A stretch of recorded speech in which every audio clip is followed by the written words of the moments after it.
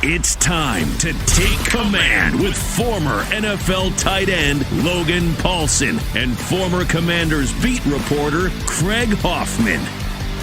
What's up? What's happening? Merry Christmas Eve. It's the Take Command podcast. Logan Paulsen there, Craig Hoffman here, and our gift to you under the tree in your ears is a film review of a surprise 36-33 victory for the Washington Commanders over the Philadelphia Eagles. Everyone's still riding high after the big comeback upset win over the weekend. Washington now can clinch a playoff spot. Really, it can be clinched for them before kickoff on Sunday night. But worst case scenario, if everybody else that they need to lose wins, Washington can clinch a playoff spot and their first 11-win season since the early 90s with a win over the Atlanta Falcons on Sunday Night Football. So before we get to previewing that on Thursday, Logan, let's take a look back at the Philly game. And let's actually start things today with Jayden Daniels and his performance. And Jayden was spectacular in this game in very specific ways. But upon further review, I don't think he was as spectacular in some of the ways that you thought in our initial instant reaction show. This is why we watched the tape. But this also, sorry for the long windup here, this also kind of proves a theory that in the modern NFL, explosive plays are king, situational football rules all, and he was great in those moments, but maybe not down to down in the way that you had initially thought. Yeah, I mean, I think I said this on the booth review with Bram, and Bram kind of got not mad, but he was just like, I can't believe you said that, and I understand why, and I think I've had some fans say this to me too. So like when we talked about the New Orleans game, like there was a technical mastery of the quarterback position. Like he saw it really well. I think he was making great kind of manipulating the defense with his eyes, his footwork, his base, his release, the ball velocity was awesome. And again, that makes sense because that defense isn't as good as the Philadelphia Eagles. In the first half of this game specifically, prior to the explosive plays, the one to Diami, the one to Terry, it was a little bit of tough sledding, right? Like there was a couple times, and to give that comment some context, that's not all on him. Like, and I do think in some ways he elevated in areas that I thought were really impressive. So what I mean by that, it's like the first drive of the game, right? They get this little, someone's running out, someone's running a slant, someone's running a corner. I really like that concept. And this is kind of a little bit of an aside. I think Cliff did a really good job calling stuff like that to flush zones, switch releases, to mess with the match zone principles that Philly like to run. And it worked out on a couple touchdowns, which we'll talk about more specifically later. But so that was one thing, but he kind of he's fallen back in the pocket. There's a free runner. He kind of sails it right over Ozzy's head, and the guy's open. I think he gets to the right guy, but it's just a little late. And again, credit to Philly, like they're bringing pressure. Like that's exactly what you want to see. There's another play, a couple plays later, where they're running like a big out to Zach. He does a great job saying no to the out, throws the dig to Crowder over the middle of the field. And that, to me, fundamentally is the right decision, but the ball is incomplete. Then you look, there's a bunch of like little bubble screens, little things here.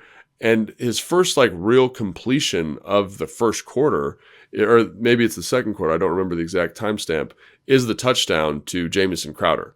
And so you're like, okay, but everything prior to that was a little bit clunky, a little bit off. And again, that's not on him. I want to make that clear. Like there's free runners to the quarterback that did a great job creating pressure and kind of making him uncomfortable in the pocket. And I think if you're comparing this performance to the New Orleans performance, you say that's an area where he improved dramatically. He didn't turn pressures into sacks. I thought he did a great job with that. And he was pretty conscious of that. And I think that's, again, an improvement and one of the things that makes him special. But it takes a long time. Like when you just watch the dropbacks for you to get from like in the New Orleans game, every drop back was special. The release was special. The timing was special. It was special. And this game, it took a long time to find special throws. And really the first one was the touchdown to Crowder, but the next one's the one to Diami. And then the next one's the one to Terry. And then obviously like those are a couple plays. And then you go, all right, let's get to the second half of this game. And you're like, okay, where are these explosive? Where's the efficiency? And again, there was a little bit more efficiency hitting some kind of quick game stuff, but then there's the explosive play to OZ. And it really, those were the drivers of the offensive production, the explosive scramble on 4th and 11, big driver of the offense. And outside of that, you're kind of like, well, that's like 5 plays. And those are tremendous plays. But again, there was a struggle in terms of down-to-down consistency from him. And again, you got to give credit to Philly, how they rushed, how they stopped the run, how they play their coverages. But it was a much different watch from the New Orleans game. And I think that's where I'm kind of at, is like, is this still a special performance? Yes. Is it different than like kind of your traditional quarterback, like we're going to just dissect the defense? Yes. Is this still super impressive? Absolutely. And so just to give that some context and kind of some nuance about Jayden Daniels in this game.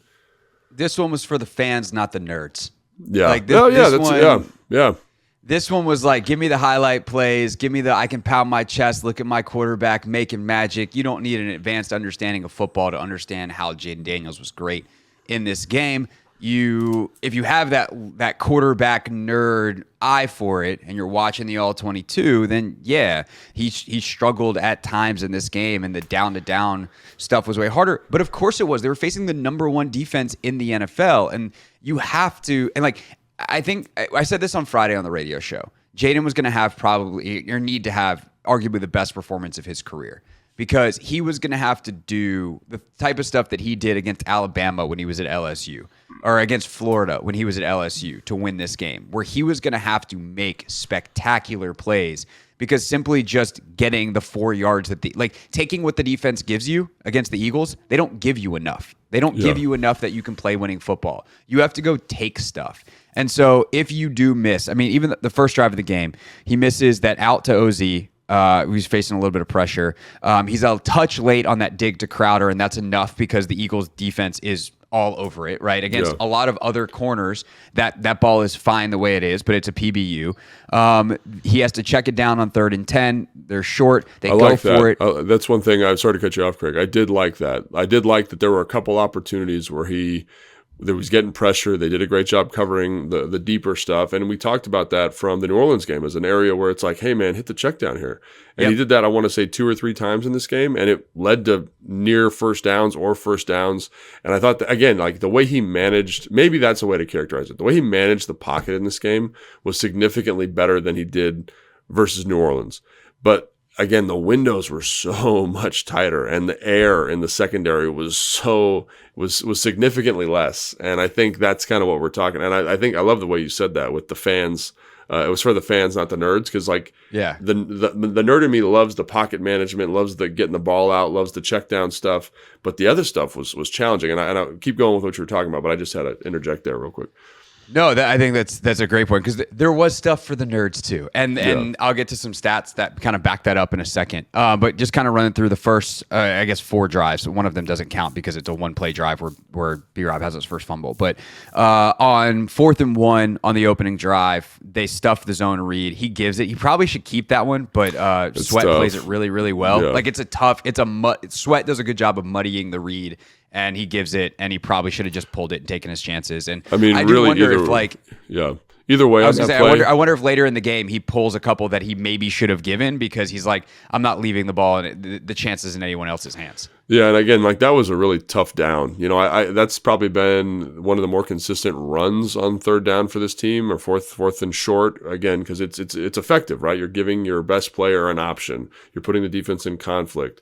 But Jordan Davis does a great job on the front side of that run, just absolutely murdering a double team. Nakobe Dean plays to the backside, so you get Sweat and you get Dean on the front side of that run, to the read side of Jayden. So I'm like, yeah, you probably want to hand that off. So again, they just did a really good job playing that. And they're good. They're the best defense in football for a reason. And it shows up in situations like that for sure. Drive 2, Jalen Carter's a monster. Okay, that's the end of drive 2. Drive 3. Is that the fumble? Run, that's the fumble. Yeah, they run like an RPO bubble out, I think it's to Diami. Terry misses a block, -2.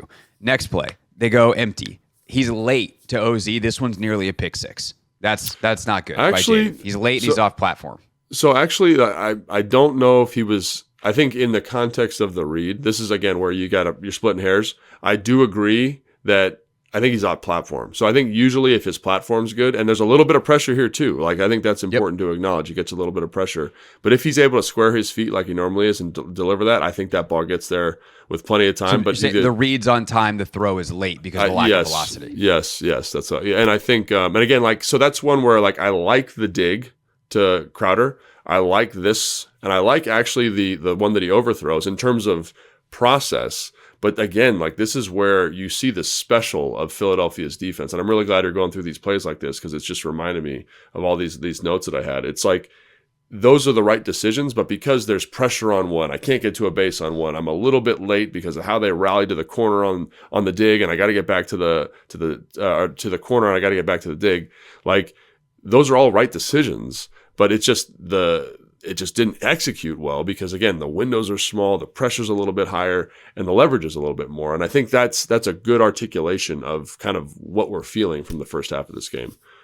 And that was a simulated pressure on that one, too. They only sent 4, but they're able to drop guys out. Get the overload, right? I think Dean comes free, if I'm remembering correctly. Next place, 3rd and 12. They run a double post with a deep cross coming over the top. The Eagles just are all over it. Really nice job by their defense. He scrambles for no yards. On that one, I was oh, man, maybe they could hit the cross. But then you see Chauncey Gardner-Johnson, I'm like, you know what I mean? It's tough. Yeah. It's a good defense, man. And it's fun to watch. It's fun to watch that side of the ball for them. Well, especially on a 3rd and 12, they're going to be in that match quarters. They're going to have dudes deep, or at least a cover 3, if not having 4 guys deep. And so they've got that all locked down. Then this is where they start to save the game, really, because they get the Luvu pick. They come back, they get Terry involved, which I always think is a great thing to do. They run this little orbit motion. It's like an orbit RPO screen, and Jayden throws the screen. But it again shows the importance of Terry and finding energy in the game. And they talk about that all the time. Let's get Terry a touch. And it's decently blocked, but then Terry just runs through a guy and turns a 4-yard gain into an 8-yard gain and just carries a guy for 4 yards. And also, again, you're bringing up all these notes. That was a really nice wrinkle by Cliff on that kind of 3-by-1, 3 to the tight end nub away, because the way that Philly played that, I was surprised. They kept 3 over 3 and 2 in the box, probably because the zone read element of the quarterback. But you had hats, and the guy, the third element's at 12 yards, and so I thought that's a really good wrinkle by Cliff to get Jayden some easy touches. And you talked about how Ben Sinnott misses that block on the first one, and you're like, man, if you make this block, this is an explosive play. And so I love that from a schematic standpoint that Cliff found that. But again, the execution on some of them earlier was a little bit lacking. This is the first one that you really saw executed well. I think it was a 12-yard gain. Is that right? 8-yard gain. 8-yard gain on that one. So now you're in. Or maybe it was bigger because it's 1st and 10. Oh no, there was 1st and 5 because there was an offsides or something on the before the drive even started. So it's 1st and 5. You get 8 yards. Now it's 1st and 10 again. They run a little play action, and then there's the super soft. Jayden gets hit a little bit late, roughing. So you kind of get away with one there. The next play. I'm glad, that's another great point by you too, though. That happened twice in this game, right? Where it happened twice extends on. Was it this drive? No, it was just once on this drive. But it happens. But it happens twice later where Jalen Carter just pushes Cosmi. And the thing is, it's a little push. Some people were like, "Oh, Cosmi's flopping." I don't think Sam flops. Sam will flop. He's very, very good at it. But this one, I don't think he flops. He just trips. Carter's almost unlucky because Sam's standing right in front of the pile. Carter gives him enough that he goes to step back. He falls over, and the ref's like, no, we're not doing this. We're not having any fights in our game today. I'm not getting yelled at by the league. And so he throws the flag. And, we can talk about this a little bit more when we zoom out from Jayden and go to the offense as a whole. But, the dudes that Philly lost in this game mattered. Jalen Carter goes down in this game. Slay goes down for a period in this game. Gardner-Johnson gets ejected from the game. Philly started Jordan Davis with certain Jordan Davis goes down. They just kept losing dudes on top of losing their minds for short periods. So next play, Cosmi completely whiffs, and speaking of him slips. They never get a double team, no gain run. Yikes. They then run that orbit motion reverse deal where OZ's coming around and then reverses field at the snap, and Jayden misses him there. I think DeJean probably greets him before it's a touchdown, but still, that's an open, easy throw that Jayden just flat out misses. And then they have the beautiful design on third down for the kind of the fake screen slip where he hits Crowder. So that's the first 4 drives of the game. And we've really, until that throw to Crowder, which is wide open, we got really 0 big-time throws, 0 good throws from Jayden, a couple of misses. Some of it's pressure, some of it's this, some of it's that. But it definitely took him a while to get going, but they did enough ultimately as this thing continues to go to overcome that. Yeah, and I think that's it. I think that perfectly encapsulates the first half of the game and a little bit of the third quarter. There just wasn't. It was hard. It was hard for the offense. It was hard for Jayden. And I think this brings us to like maybe your larger point, or something we talked about in the production meeting is like they hit the explosive to Diami, right? Because even on the personal foul to Cosme, like that's the drive that B-Rob fumbles down in the low red, right? That's how that drive ends, right? They don't even get points off of it. But they get the explosive to Diami, which is crazy. And it's so interesting because like when I was watching them, I was like, if you can extend the play a little bit and get this ball behind them, they are very conscious of using their rust. They reminded me a little bit of like Dallas when they play man coverage. They're kind of like, they're capped. So they get to like 12 yards, and you can tell the DBs are like, they're going to, the ball has to be out because I know the rush is going to get there. And I think one of the things that stuck out to me, you see it on the Diami big play, you see it on the Terry big play, is Jayden's throwing with like normal timing. It's not like he's extending the play, but he buys time with the ball in the air. Like he puts a ton of air under it, puts it out on the outside. And so you get the illusion of extending the down, but the throw is so good in terms of the deep ball down the field. And you're able to get behind the defense in a defense where in a defensive structure, which on paper shouldn't work, but because they're so aware of what their rush brings, it's the same thing with the Quinyon Mitchell, Terry McLaurin, when Terry scores that touchdown over his shoulder. Quinyon is thinking dig or comeback. You can tell 100%. Terry does a great job with the stem, kind of making that a thing, but you can just tell that's what they want to do. And then a great job because they're like, the rush will get there. They can't throw the deep ball. They can't throw the deep ball. They can't throw the deep ball. They're on the Terry one specifically, they're bringing pressure. There's an unblocked rusher because of how they've had to squeeze the protection. Ball's up high, and Terry makes a great adjustment. And so like literally they just kind of like broke the Philadelphia defense with great ball trajectory and 2 guys making plays down the field for him. And like that's the first sign of like offense for the Commanders, sustained offense in this game. Because again, like you were saying, the touchdown, the Crowder touchdown, comes off of the Frankie Louvu interception. So they only had to go like 25 yards for the score. And this is the first time you're like, okay, they've got a little bit of juice, they got a little bit of life. And again, Jayden makes that great 4th and 4 conversion on that in that sequence. But like that was to me like, okay, like not a lot's going on, and then all of a sudden 2 big ones, and then it was a little bit quiet, and then he found some more explosive opportunities. Well, ironically, the drive after the touchdown is one of their best drives of the game, and then B-Rob fumbles it at the end of it. It's the drive that loops into the second quarter. And actually, on the first play of that drive, I actually thought he could have thrown deep to Diami. Diami's kind of even with the corner, and he also, I thought, had Ertz on a deep comeback, but he just feels like the clock is running out and winds up scrambling for 9 yards. And that's one of those like, okay, like sure, we'll take a 9-yard gain. And then there's some RPO stuff. There's a really nice check down in the middle of that drive to B-Rob. There's my favorite play of the game. They ran a QB trap instead of a QB draw, where you kind of fake and everyone looks like they're pass setting, and then you try to run past the defense as they flow up field. They were like, no, we're going to take it and it was on a 3rd and 7. And the reason I like it so much too is because they were trapping, it was Carter with Allegretti coming across, then Biotis just clean released up to the second level. And so on a play where you need to get a 7-yard gain, you need to obviously have a block at the second level. And Biotis was able to go straight to Nakobe Dean. Jayden, there's no hesitation. As soon as he sets HUD, it's almost like as he's catching the snap, he's going forward. And they nail it, get that first down. And I mean, even the direct snap, like that's a cool design. And it's really funny to watch. B-Rob does like this token fake to Jayden, and 3 dudes go to Jayden.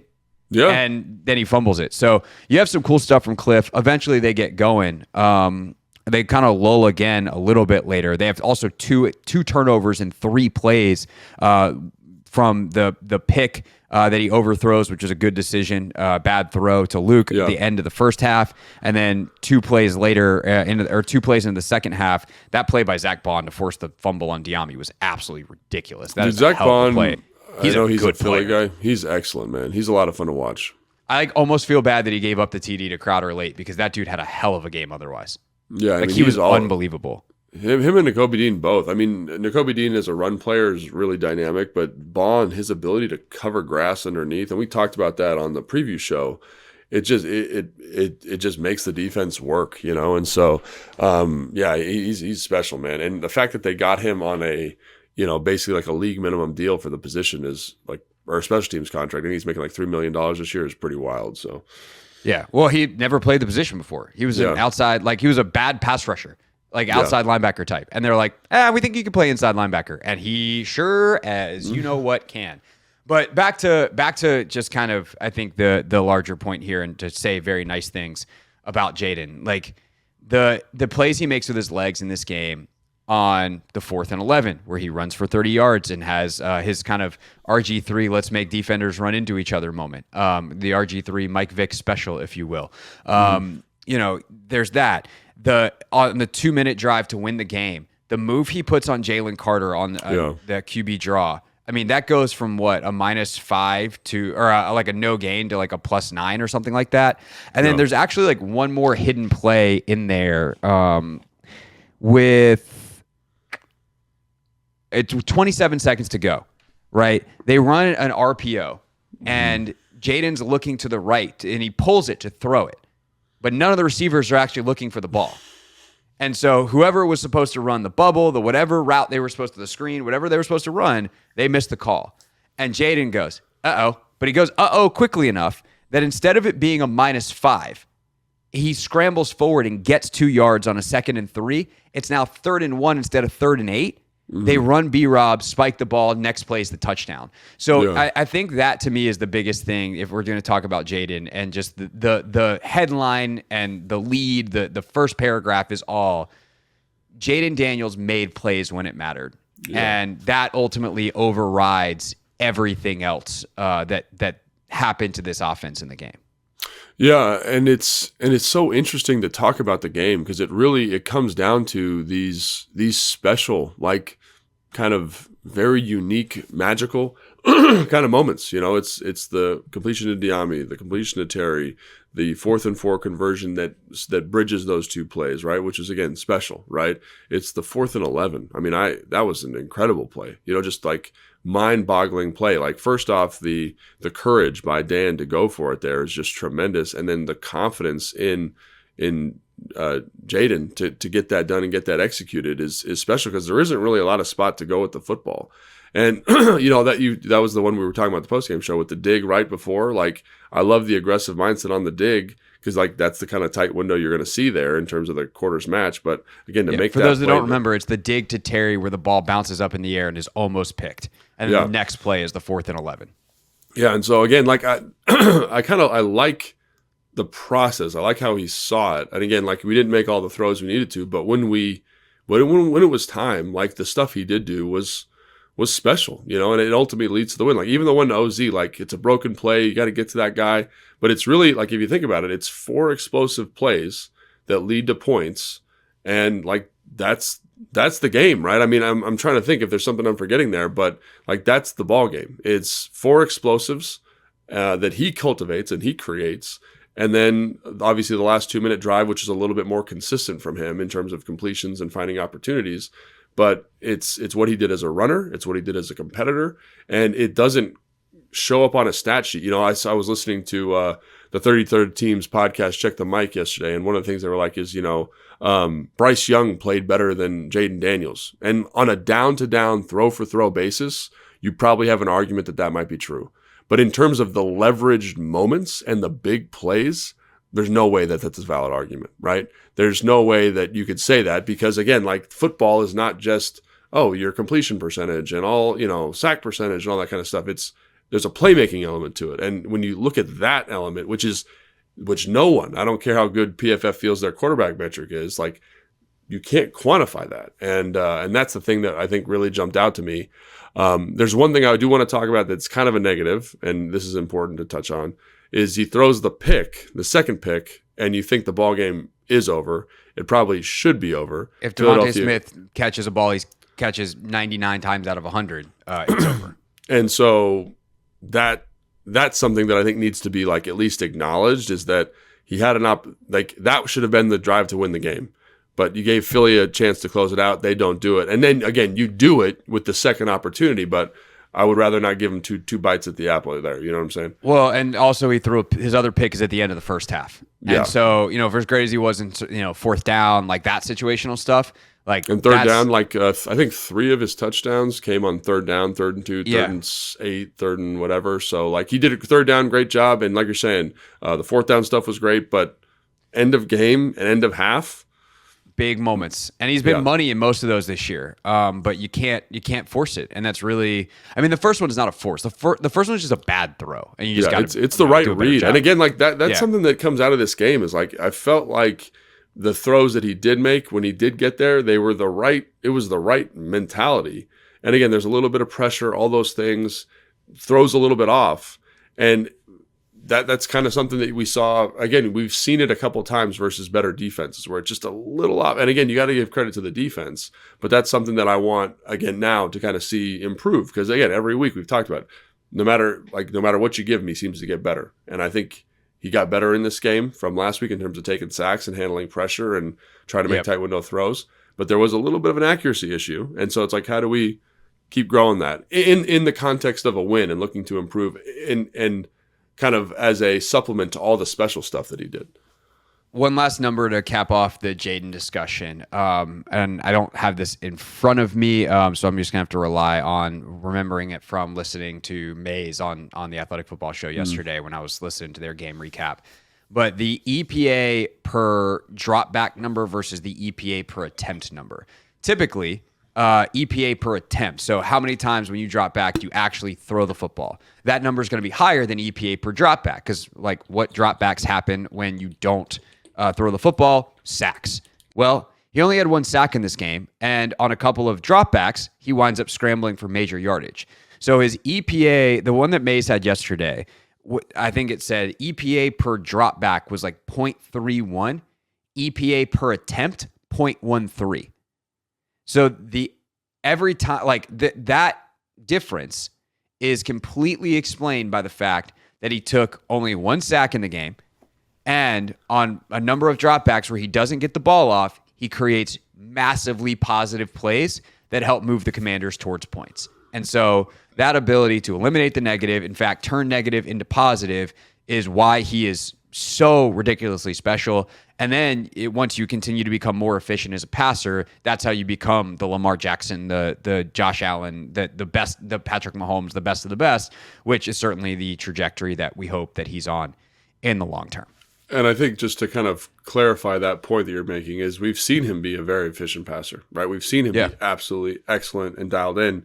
And, so that's in his game. That's a club that he's got. But again, finding maybe a different way to win, I think is another thing that he brings. And that's why his skill set is kind of the archetype for the position now in the NFL.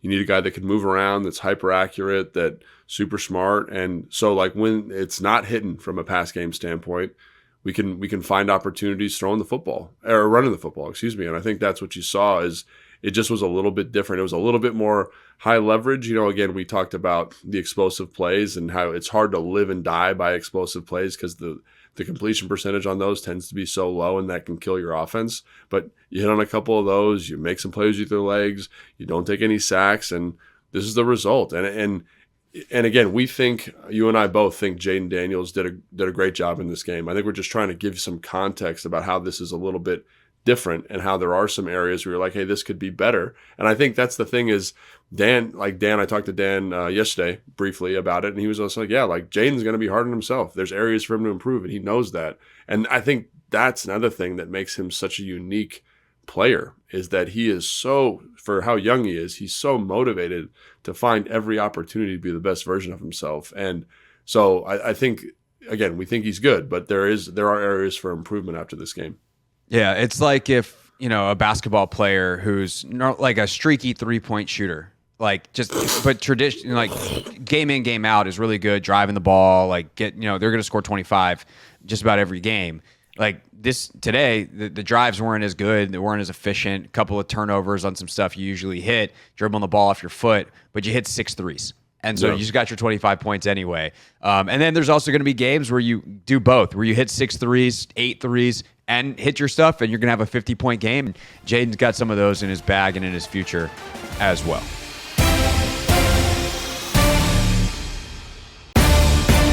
Take command, Craig Hoffman, Logan Paulson, and we are talking about the offensive structure now outside of just the individual brilliance of Jayden Daniels, the things that Cliff was trying to do. And man, there's some stuff in this game that's really, really beautiful, especially in the red zone. We'll get to that in a second. But one thing that I do think Cliff did a pretty good job of too is getting Terry involved at key moments in the game, leveraging his skill set. And I actually have a stat for you, Logan, that is truly mind-blowing. You ready for this? Yeah, always ready. If I were to just quiz you, say, hey, who in the league has the best quarterback rating when throwing to a receiver? So what wide receiver quarterback duo has the best quarterback rating this year? Who would you say? I'd probably say Sam Darnold and Justin Jefferson? Justin Jefferson. That'd be a good guess. I would say, considering he's probably going to get the triple crown, my guess would have been Joe Burrow to Jamar Chase. Yeah, that's a good one too. That's incorrect. It's Jayden Daniels to Terry McLaurin. Highest completion percentage. No, highest passer rating. Passer rating. So that includes like distance covered, touchdowns, the whole deal. Like there's all different things. It's a mystery formula, but like we've used it forever. But amongst players who have at least 75 targets, Jayden Daniels' 139.1 passer rating when targeting Terry McLaurin is the best in football.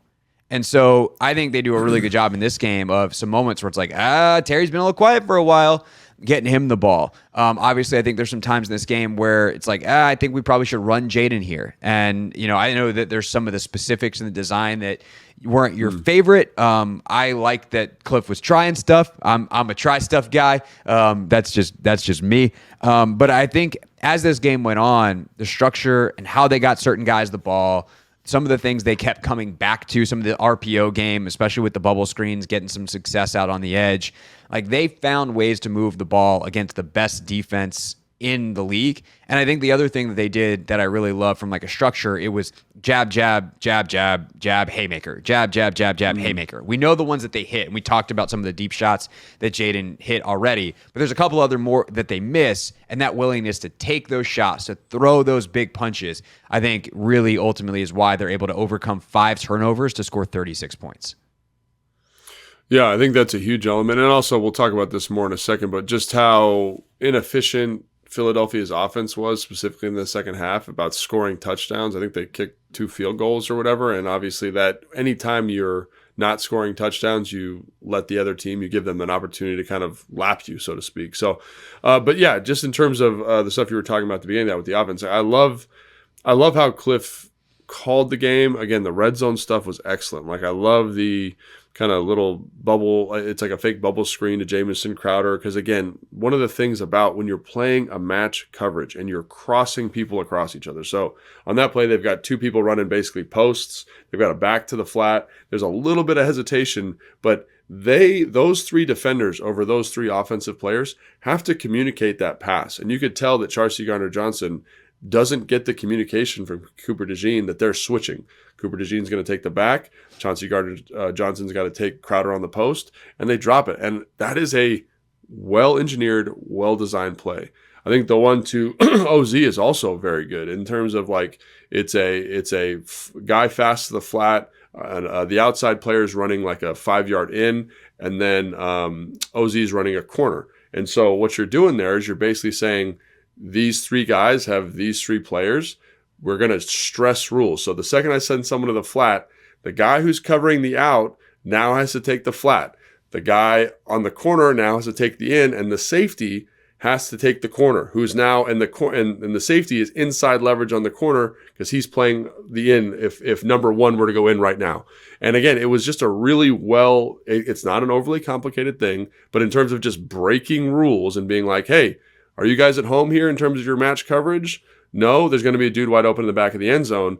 Couple that with the fact that the offensive line, again, they had their struggles in this game, but in some kind of big drop back pass moments, we're able to give you a good pocket. Like on that one, that doesn't really get there. If Jayden Daniels can't extend the play, Biotish and Cosme are going to war with Jalen Carter on that play. Jalen Carter gets out. It takes the play from probably 2.3 seconds to 2.7 seconds. It's enough for the corner to come open, and Jayden delivers the ball there for a big play. And so really, really enjoyed both of those designs and in terms of what they were going to get from Philadelphia. Like they're going to get match. They're not going to play straight man.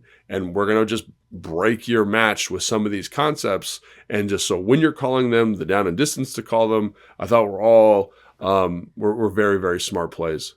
I thought there was another really good example in the game of just Cliff being and the offensive staff being on top of what Philly did. I texted this to you. It didn't seem like there was really rhyme or reason to how Philly was matching personnel in this game. So sometimes to 12 personnel, they'd play base. Sometimes to 12 personnel, they play nickel. And we've seen that from other teams this year where they basically just treat Zach Ertz like a wide receiver, right? And so if it's against 11 personnel or 12 personnel, but Zach Ertz is one of the two tight ends, then the other team will just stay with their nickel personnel and treat Zach like a wide receiver. Well, Philly I as the game went on, I was like, oh, this feels situational. I think like third and medium, they just like dime in some of their coverage calls, some of their blitz packages. And actually Washington did that as well at a couple points defensively in this game, which is not something I remember seeing a ton from Joe Witt this year. But I'm sure it's happened in some other games. Well, knowing that Philly plays dime, so 6 defensive backs, 4 corners, 2 safeties on the field, there's like a 3rd and 6 where, and remember, the run game's been terrible. They run the football. They catch them in dime, and I think it's Jeremy McNichols is able to squirt for a first down on like a 3rd and 4. And so being prepared for those moments, and whether it's the coverage match rules and knowing in this situation they're going to run this, they might have this personnel grouping on the field and we can take advantage of it. Cliff and the offensive staff, to me, Logan, was so on top of the situations, especially third downs, especially red zone in this game, and on top of, and even like the explosive play to Diami out of their own end zone. That's a situational play. Like your own red, being backed up in your own end zone, that is not your between the 20s football. Like teams have tendencies there. And so they were able to take advantage of that and hit the big 51-yarder and get that drive going, get out of their own end. So I think situationally, especially considering the first time Cliff felt very unprepared on that short week and they had way too much in, they didn't own anything. Like that's kind of how he described it. To have this the second time around against Philly, I think that makes me feel really, really good about this staff and how prepared they are. Yeah, and I think we even talked about some of the incompletions early, because of the pressure and because of kind of how the rush was kind of affecting Jayden Daniels. Like there's dudes open in a way that they weren't open in the first game, and Jayden was seeing it in a way that he wasn't seeing in the first game. So even that deserves quite a bit of credit. And I don't know if this was an adjustment or if this was something Zach did on the spot, but there's a completion to Zach Ertz, I want to say on their second to last drive of the game, where they've basically been running a lot of sail concept. They've been running like a corner, then some type of flat, then some type of post or clear to the outside. And Philly's just done a knockout, bang out job of rallying to the underneath stuff. The safety's cutting the corner, and there's just not a lot of air there. And so Jayden a couple times has hit the back coming out of the backfield for a completion or whatever. This one, and Zach does such a good job of like being friendly, and you're like, so maybe they can get there. But on this one play, Zach runs up, he acts like he's running the corner and literally just runs a stop, just stops right there in the middle of the field. Yep. And Jayden delivers a strike. And so to me, that's I don't know if that's a Cliff thing or if that's a Jayden and Zach thing, but understanding that this is the coverage you're getting to this sail concept, and we can run this stop and get a nice 12-yard completion. I really like that. And again, there were moments like that throughout. The trap was another one. The quarterback trap was one that I really liked. We've seen teams, I remember the Chicago game last year, when teams are in 3rd and 7+, they tend to get into 2 three techniques, so really wide. So there's no one covering the center. And so this is 3rd and 7. It's a perfect opportunity to run trap. And so you run trap, you get a nice back block, and you kick that guy out, and there's a huge crease, and the linebackers are getting depth because that's what Philly does on 3rd down.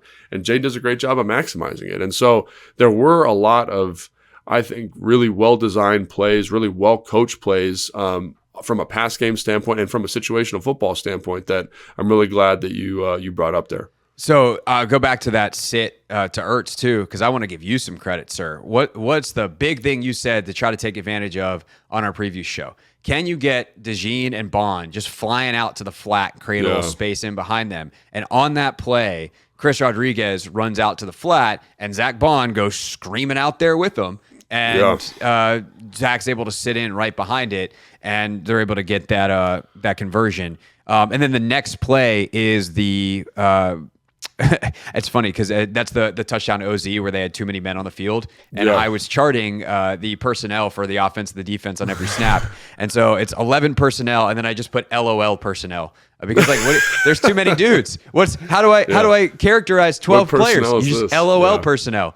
And by the way, on that play, Chris Rodriguez one-on-one blocks Josh Sweat.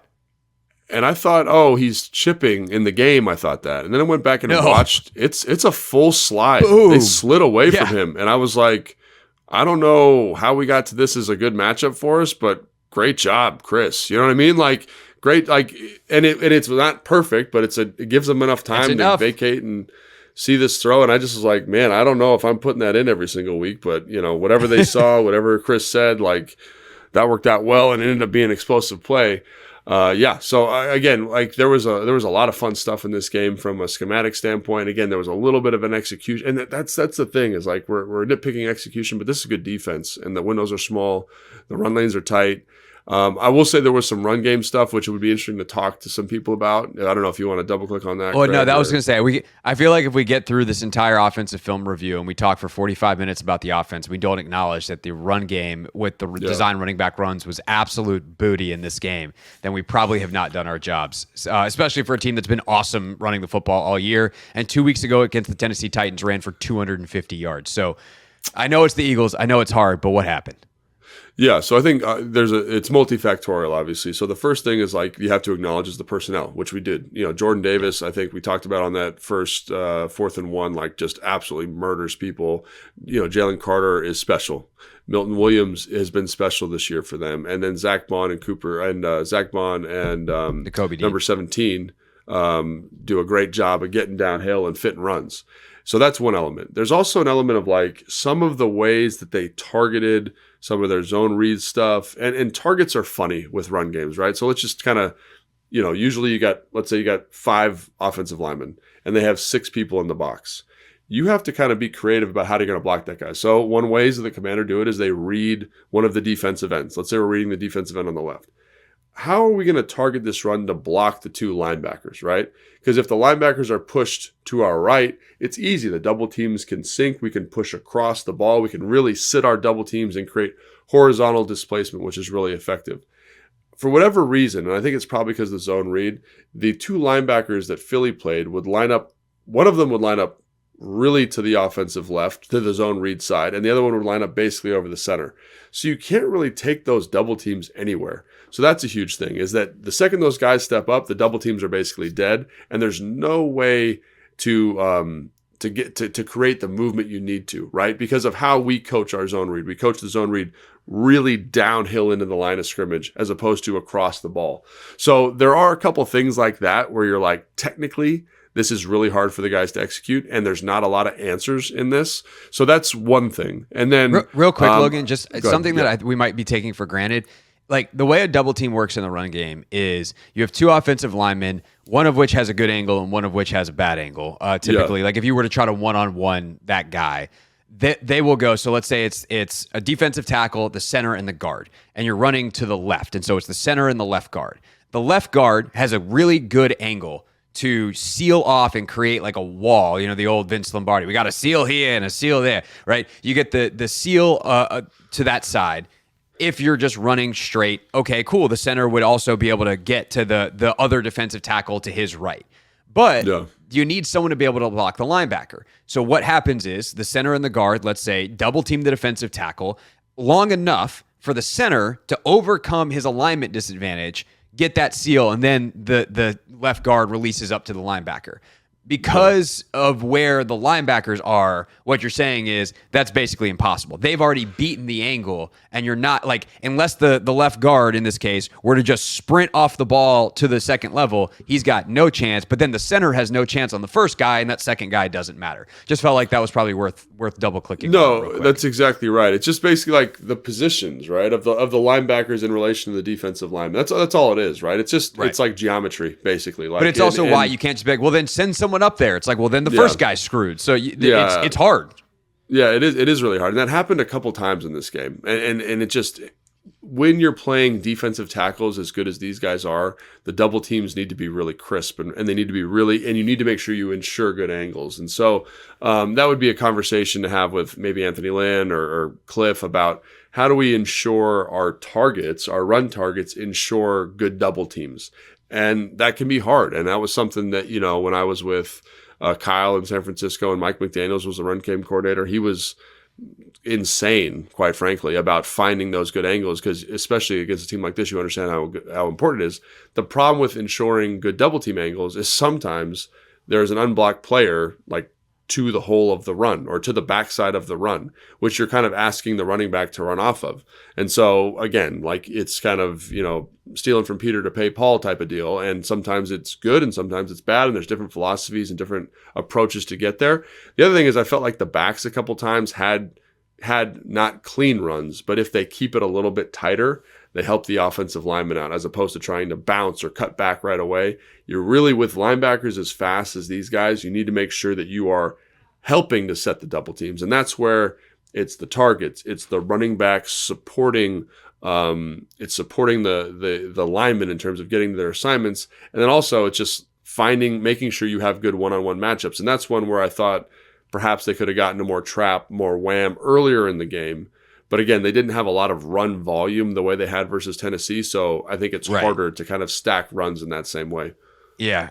There's one really good example in this game that I remember. I think this is the play, 9:14 to go. This would have been the second quarter, 2nd and 7. It's 2 plays after the Diami 51-yarder, and Chris Rodriguez has a really nice 6-yard run on wham, and he presses the front side really nicely, sets up the blocks, cuts back. So if anyone's looking for an example of how to do that well, that's one that immediately pops in mind. And that was excellent. And then the very next run that he has, it's kind of that Wando where they're leading the receiver back to block the safety there. And again, that's an example of a way to create good angles in the run game, right? Because we're blocking the support player, the offensive line can push to the front side. Nakobe Dean's still pushed to the side of the run a little bit. Chris should be right downhill. He gets downhill and then he starts, I got this. I got to cut it. I can bounce it outside because he sees the receiver. But when he does that, the linebacker scrapes over the top. And that's exactly what you don't want on Wanda. You want to press in there, force the linebackers to attack the double team, right? And then they stick to the offensive lineman and then you make the cut. So like that's where it's a subtle thing where the back's got to help the O-line, the scheme has to help the O-line, the types of plays you're calling has to help the offensive line. And that's why a really well-engineered, really well-cultivated run game is such a beautiful thing to watch, like it was versus Tennessee, because everybody is doing what they're supposed to do. The receivers are blocking. The O-linemen know the double teams and how much time they have. And this game, again, because of how fast, I think partially because of how fast the linebackers are, because of how good the defensive tackles are, it just becomes really hard. And so I think I really do believe they'll have much more success versus Atlanta, for example. For sure. Saquon had a beautiful cutback on Wanda. That was exactly the thing Bobby literally gets turned around. Like he does a 360 while he's getting blocked because he thinks Saquon's going one way because he presses so far into the hole and then cut back outside. But we'll talk about him more in a second. Anything else about the offense, structurally, the design, the play calling? We talked about the red zone stuff, how intricate that was. We talked a little bit about like that switch release on the game winner and how that put Zach Bond on Jamison Crowder. Like the details were so good. Anything else that we want to touch on? No, I think we kind of touched on everything we wanted to touch on there. Yeah, I think it was a fun game. I think this is the one thing I want to say is the turnovers, right? We just got to be better managing the football, and I know that's anybody watching the game probably had that same thought, but that's something we definitely need to, or the team needs to reinforce, be aware of, because you can't beat teams turning the ball over that many times. For sure. And they haven't really lost. I mean, that's B-Rob's first 2 fumbles of the season, and he lost them. Yeah. You know, the Diami play is just an incredible play by Zach Bond. That's damn near an incompletion because he's on it so fast, but Diami just gets, makes a football move, and then thus it's a fumble. And obviously Jayden, one's just a bad throw, and then one's a very silly decision that should have cost them the game. Alas, it did not, and thank goodness we move forward with another win on the board. Let's talk about the defense and how they were able to stop the bleeding to give the offense a chance in the first place.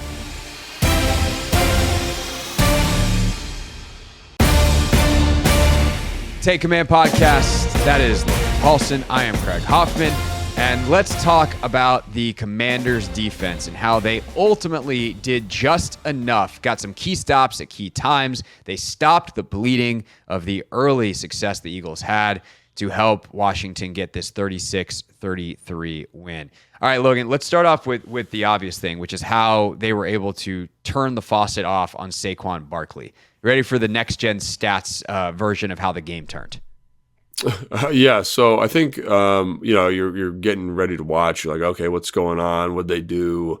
How good is this Philly O-line? And honestly, on the 2 explosive runs, there's guys getting out of their gaps. Like that was it. You know what I mean? Like, yeah. I think Fowler kind of makes a hard inside move, and he has had a lot of success with that this year. So I don't want to be critical of that. Yeah, because and he normally does it in pretty smart ways too, where like he is on the same side as the back, and he knows the run's going away from him. And he gets got a couple times. Yeah, and he gets got twice, basically. And it wasn't, I don't know if he was the second one, but for sure the first one. And then there was an explosive run in the red zone on their first drive that he did that on. And then on the explosive 64-yarders. I don't know if it was him, but somebody did the same thing. They kind of played inside. They got the kick out. They cracked the safety. And so then when you say, oh, well, what's the difference? To me, it's did Joe Witt Jr. play more 8-man boxes or heavy boxes? Yeah. But did dudes just win one-on-ones and play their blocks better and get downhill in the run game?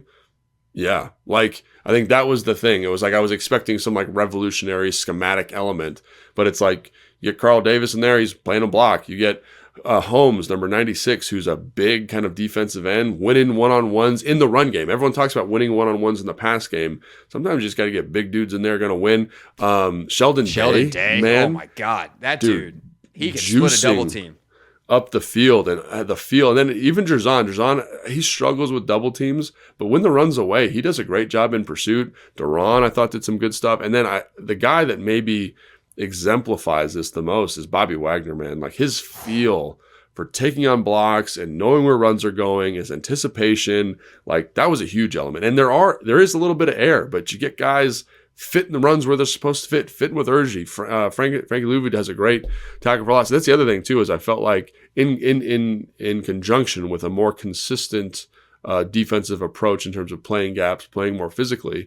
There was also, I think there were 7 tackles for loss in this game on runs, which is a good way to get people to be less efficient running the football. You know what I mean? Like let's just blow this thing up. Here's the number. Yeah, that proves that. Ready for this?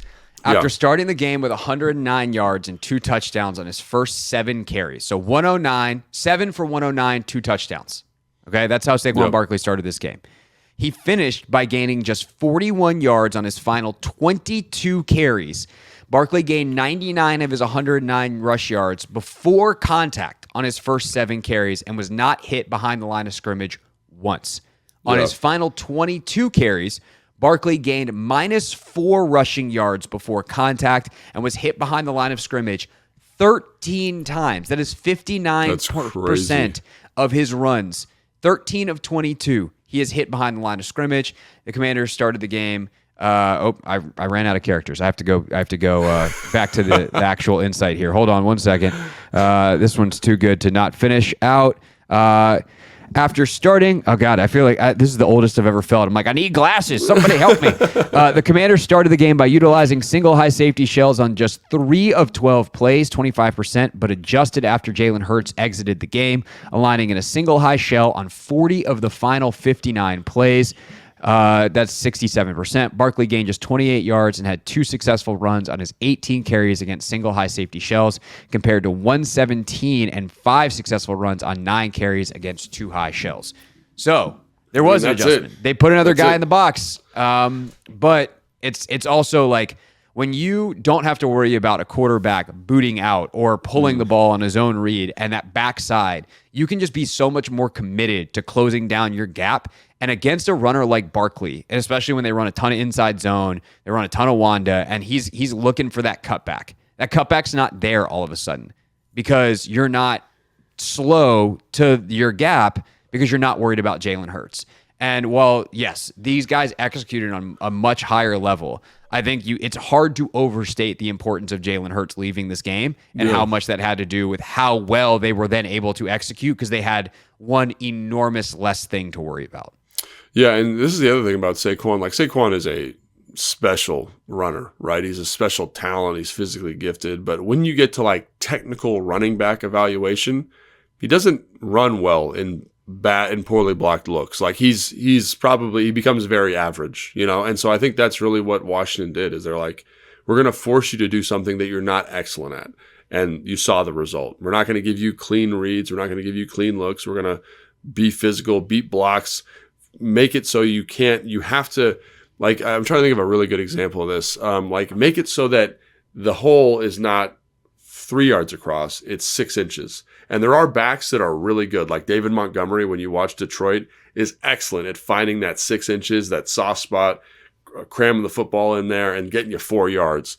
That's not how Saquon Barkley likes to live. That's not his skill set. He's an explosive playmaker, dynamic athlete. And you see that in the first matchup. You saw it in the first quarter of this game. And I really thought Joe Witt Jr. and the defense in general just did a better job of being like, do something that you don't like doing. And that's exactly, and this is the result, is a very poor efficiency in terms of down-to-down rushing efficiency from him. And I think when you look at his PFF grade, I think you see how 150 and a touchdown, like, that should be a great PFF grade. It's like a yellow, which is not a very good grade because of how inefficient he got in the second half of this ball game. If I'm doing the math correctly, also, Philly was 3 of 16, I think it was, on third down. Yeah. They count in that stat of a conversion on penalty, right? That, like, the NFL official statistic that doesn't go down, it's like a no down. Yeah. So if that's the case, they converted their first 3 third downs and didn't convert again for the rest of the game. They had 1 third down on the first drive where Noah is called for a hold. Bobby misses a sack on a cross dog, and then Jalen scrambles. He would have gotten the first down anyway, I believe. But there's a hold on Igbenogany that they take first down. Second drive of the game, the first play that Kenny Pickett is in there is a 3rd and 7 where he hits Brown on a comeback. They get the first down. And then 3rd and 3 to close out that drive in the red zone is the slant to A.J. Brown. That's 3 third down conversions. They had 3 the entire game. That is remarkable against a Philly team that is so good on third downs. But it also, again, part of the reason they're really good on third down, tush push. 0 tush pushes run in this game because Jalen Hurts exited in the first quarter. Yeah, and I think that everyone's like, well, how did the Commanders win? How did they win this football game? What happened? They had turned the football over 5 times. That, to me, that statistic right there is the number one indicator of why Washington's in the game.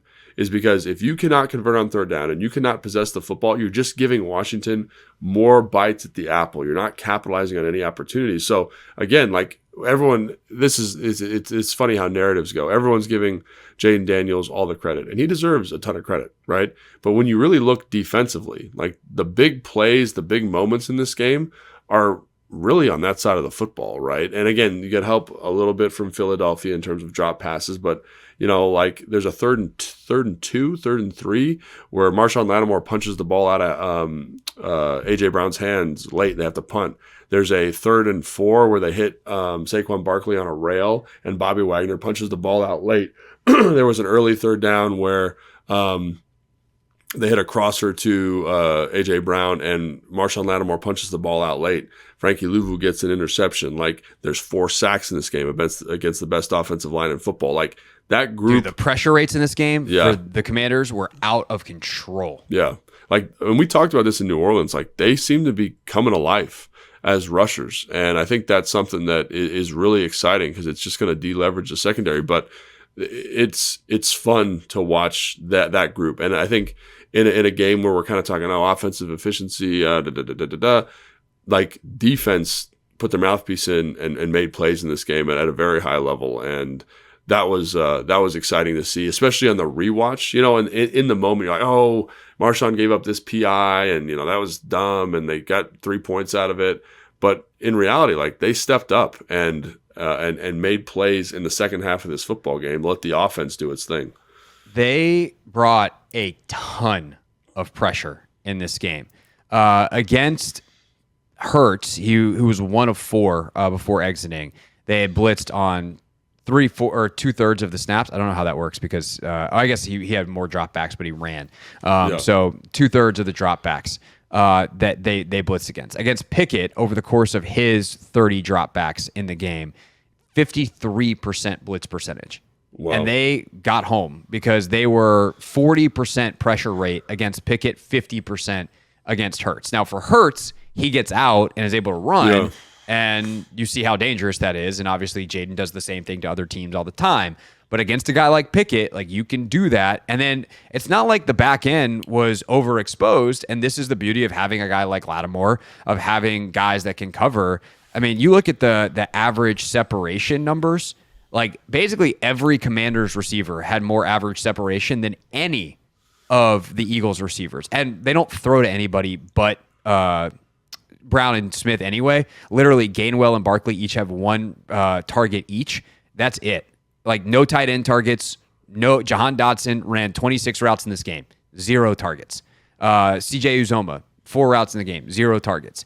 So it's 15 for Brown, 8 for Smith, and average separation per next gen stats. AJ Brown 1.8 yards of average separation. Smith 2.6. By comparison, Zacchaeus 5.3. McLaurin, 4.5. Diami, 2.7, and he ran a bunch of screens. Broughton Robinson, 6.5. Crowder, 2.8. Like Luke, 3.5. I mean, they were tight on the back end. So you have a ton of tight windows that Pickett's having to navigate against pressure, and he's not good, but that's tough for any quarterback. Yeah, 100%. And it would be interesting to see if, Hurts had stayed in the game, like what that looks like if Jalen had been in there, like if they keep pressuring at a really high level. And some of those pressures numbers are misleading because they have 5-man fronts on first down, which they count as blitzes sometimes in those statistics, which is fine because it shows a more aggressive posture towards some of that stuff. But I think upon a rewatch and looking at the run fit stuff specifically and looking at the coverage stuff too, like this was a defensive-driven comeback in a lot of ways, in my opinion, just because of how efficient they were in the second half. And again, we talked about Marshawn, again, the PIs and stuff, and that's frustrating. But I think, you look at the early in the game, he has like a play on a go where he stays over the top and it's incomplete. Like there was a battle. It was a competitive battle between those two guys. And even the one he gives up, there's a go ball for like 45 yards. They wind up getting a stop on the drive. So which, by the way, tremendous the job. post. Or the corner, the high corner. Yeah, I know what you're talking about. Yeah, like Quan's really late helping him out there. Like he's in trail, and Quan probably should pick that ball. Like Ed Reed picks that ball off. I think a lot of safeties between Ed Reed and Quan Martin picked that ball off. I was going to say, Ed Reed's very late. Yeah, tough comparison there. But yeah, I was trying to think of someone with a lot of range, and I just went to the absolute top of the list. Just like number 1, Hall of Fame. Yeah, But I get what you're saying, and But one of the things we talked about in the pregame show is just how simple some of the stuff Philly does from a route running standpoint, and it shows up. Like when you have players as good as Devontae Smith and AJ Brown, like they shouldn't be having less than 2 yards of separation over the course of a game. But like that's how they call their offense, and that's going to help the defense. And the defense and Joe Witt Jr. Were able to capitalize on it after they kind of batten down the hatches after those first couple of explosive runs, which again were a little bit of dudes just not doing what they're supposed to do. And that happens sometimes, and that's the importance. In the same way it's important to have all 11 guys to run the football, good run defense is all 11 guys. And good energy, good effort, and all 11 guys doing their job. And once they got that cleaned up and made some adjustments in terms of box count, playing more single high safety, bringing people down to stop the run, like I think that narrative speaks for itself, and it speaks to the production. And we talked about the field goals. We talked about the missed opportunities for them. I'm going to give a lot of credit to the defense in that. Yeah, and we talk about creating turnovers too. Frankie creates the pick. That was so good from him, where he disguises the coverage and they make it look. Frankie makes it look like he's man to man on the back. So it's such a simple concept. I mean, it's slant flat, which every team runs a version of multiple times per game, and it's an easy, quick game concept that should be really easy to read for a quarterback, except for when someone does what Frankie Luvu did, which is I'm going to pretend like I'm in man to man. I think it was on the tight end, and he takes like 2 steps with the tight end, and then is like, just kidding, I'm a hook player. And pops back right underneath it. And it's funny to go watch Marshawn Lattimore like celebrating, because it almost feels like Lattimore told him like, hey man, we can do that. Like, I know how to trick this guy. And it's like, our secret plan worked. And but it's that little thing of just not playing the dots on Madden. Don't just run to the spot. Like, how do you actually enhance the defense? And when you see stuff like that, you understand why Dan and Joe have been a part of defenses for their entire careers that generate a bunch of turnovers. It's that extra little sauce. And then, since we gave Frankie a hard time for getting hit in the face mask with the ball last week, like, good job to catch it. You were ready for your opportunity. And sure enough, that singular play turns the entire game, because they were running away with it. And now all of a sudden you're on a short field, you get the touchdown, you're within reach, and you save the game right there in the first quarter. Yeah, and again, I couldn't have explained it any better myself. It's just stick. Like, that's all they're doing. And it looks like he's going to the flat, like in a quarters or cover 3 to the 3 receiver side. And Frankie just does a great job of being like, psych, and it's an awesome play. And it is the thing that turns the play. It turns the entire game. Like, cause it's 21-7 after that or whatever it is. But could you imagine if it was 21-0 going into halftime? Like, it was 14-0 at that point. They turn it to 14-7. Philly comes back and scores again, so it's 21-7. But like at 21-7 in the first quarter, like, you're not 21-0 is very different than 21-7. Yeah, 100%. So you get the one stop, and that's enough to keep you alive until you figure out the rest of your ball game. No, that's exactly right. And I think that's the other thing, is like, that's a big demonstrative play there. Great job by Frankie. But then it's the TFL or the tackle for no gain, and those things over the course of the game have a cumulative effect. We mentioned Sheldon Day, his ability to find tackles and split double teams and TFLs and be disruptive and hit the back in the backfield. And that just, it was just, I can't express this. And it just was good defense, especially in the front, just down after down in that second half. And so even though Frankie gets the big play, and he should, right? He should get the big play. He has another TFL on a 3rd and 2 or 3rd and 1 where he does a great job beating the tight end inside and tackles Saquon for a huge loss. Like, those are the moments the other moments, the little moments, the run fit, Bobby Wagner getting downhill and tackle, like, that swing the game. And that's why defense, I think, is so fun to watch sometimes, because it's everybody working together and really that group. And we've talked about kind of their ascension. And I think this is an interesting kind of narrative flip for them, because everyone talks about, they got to finish games. And they finished this game about as well as they possibly could, outside of the Devontae Smith, drop pass at the end there. Which clearly was all credit to the defense. I mean, they did. They put their magic voodoo power. They brought some of it with them from New Orleans. And we're like, now's the time. Ooh. By the way, I thought Devontae Smith was great on that after the game. He's just like, charge it to the game. That's nobody's fault but mine. And someone was like, is that going to like haunt you? And he's like, not that I can do about it now. Got to keep moving. And like, as an athlete, that's what you have to do. But he's like, he's simmering inside, because that is a competitive dude who's really, really good. Absolutely smoked. I think it was Mikey, maybe it was Noah, whoever it was on that route. Yeah. And just the ball hit him. I mean, it could not have been a better ball from Pickett. And the Commanders get lucky. And sometimes that's the way it breaks in your favor. Sometimes it goes the other way. And voila. the Commanders ultimately get that second chance and do the most with it, get the win, 36-33. Anything else? I think we should give a quick shout out to Luke McCaffrey and the kick return team. I mean, they did an awesome job in this game. That's definitely something that is worth monitoring for the rest of the season. Like, can he continue to give them great field position? There were no kicking problems in this game. There wasn't anything too tall of a task, but like that was there. Anything else that we want to shout out defensively, special teams, or whatever?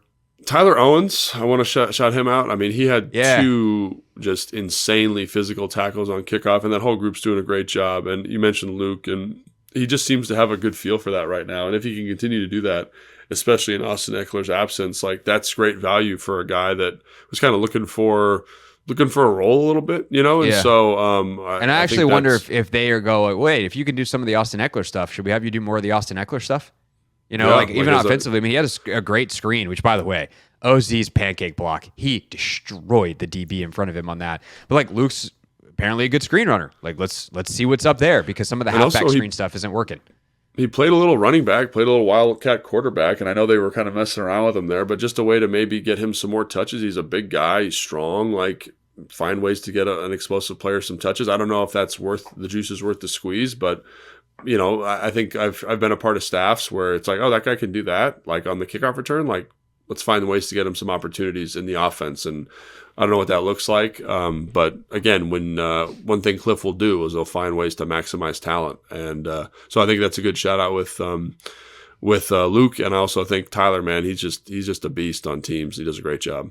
He definitely does. Dan shouted him out in the presser on Monday. All right, so here's what we got. We have a Merry Christmas for you tomorrow as we record this on Tuesday. I will be on the radio today, 4 o'clock, usual show time. Dan Quinn and Jayden Daniels are speaking today, so you'll hear from them in the 6 o'clock hour on the radio show. Off tomorrow, and then everything's back to normal on Thursday. We will have our Atlanta preview on Thursday. I'll be back on the radio, and you'll hear from Cliff and Joe Witt on Thursday at the facility. We'll play that in our pick 6 at 6 on the Hoffman Show on the Team 980 as well. And then Sunday Night Football. Logan, we're going to do it, right? We're just going to go at 1 o'clock in the morning. We're delirious. Hopefully they've clinched a playoff game. We're coming out of a happy locker room. We're going post-game late night.